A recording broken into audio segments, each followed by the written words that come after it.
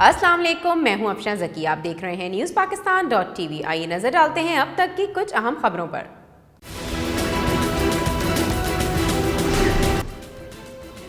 Supreme court نے army chief کی مدت ملازمت میں 6 ماہ کی مشروط توسیع کی منظوری دے دی۔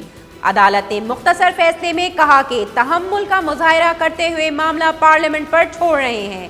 وفاقی حکومت نے یقین دلایا ہے کہ 6 ماہ میں قانون سازی کی جائے گی۔ آرمی ایکٹ میں ابہام ہے جو پارلیمنٹ کو دور کرنا ہے۔ آج آپ 3 سال کے لیے توسیع دے رہے ہیں، کل کوئی قابل جرنل آئے گا تو پھر کیا 30 سال کے لیے توسیع دیں گے؟ چیف جسٹس آصف سعید کھوسہ اور جسٹس منصور علی شاہ کے آرمی چیف کی مدت ملازمت کیس میں ریمارکس۔ لوٹی ہوئی دولت باہر بھیجنے والے مافیاز اس لوٹ مار کے تحفظ کے لیے ملک کو غیر مستحکم کر رہے ہیں۔ وزیر اعظم عمران خان کا ٹویٹ، کہا آج ان کو ضرور مایوسی ہوئی ہوگی جو اداروں میں تصادم چاہتے تھے۔ اداروں میں تصادم نہیں ہوا، بیرونی دشمن اور بیرونی مافیاز کو خصوصی مایوسی ہوئی۔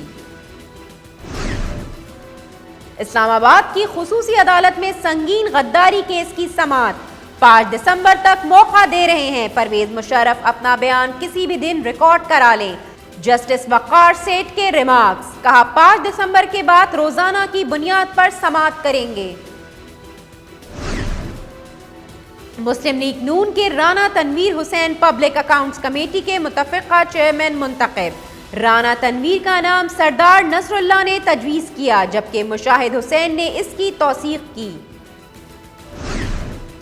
سپریم کورٹ نے توہین عدالت کیس میں مسلم لیگ نون کے رہنما طلال چودھری کی نااہلی سے متعلق نظر ثانی کی درخواست مسترد کر دی۔ طلال چودھری کی 5 سال کی نااہلی برقرار۔ سپریم کورٹ نے 2018 میں طلال چودھری کو آرٹیکل 63(1)(g) کے تحت توہین عدالت کا مرتکب قرار دیتے ہوئے 5 سال کے لیے نااہل قرار دیا تھا۔ پاکستان کے پاس ٹیسٹ سیریز برابر کرنے کا سنہری موقع۔ آسٹریلیا کے خلاف دوسرا اور آخری ڈے نائٹ ٹیسٹ کل سے آرڈلینڈ اوول میں شروع ہوگا۔ آسٹریلیا کا دوسرے ٹیسٹ میں ٹیم میں تبدیلی نہ کرنے کا فیصلہ۔ ٹیسٹ سے قبل پاکستان ٹیم کی فیلڈنگ کے ساتھ نیٹ پر بیٹنگ اور بالنگ کی پریکٹس۔ میزبان آسٹریلیا کو 2 ٹیسٹ میچز کی سیریز میں 1-0 کی برتری حاصل ہے۔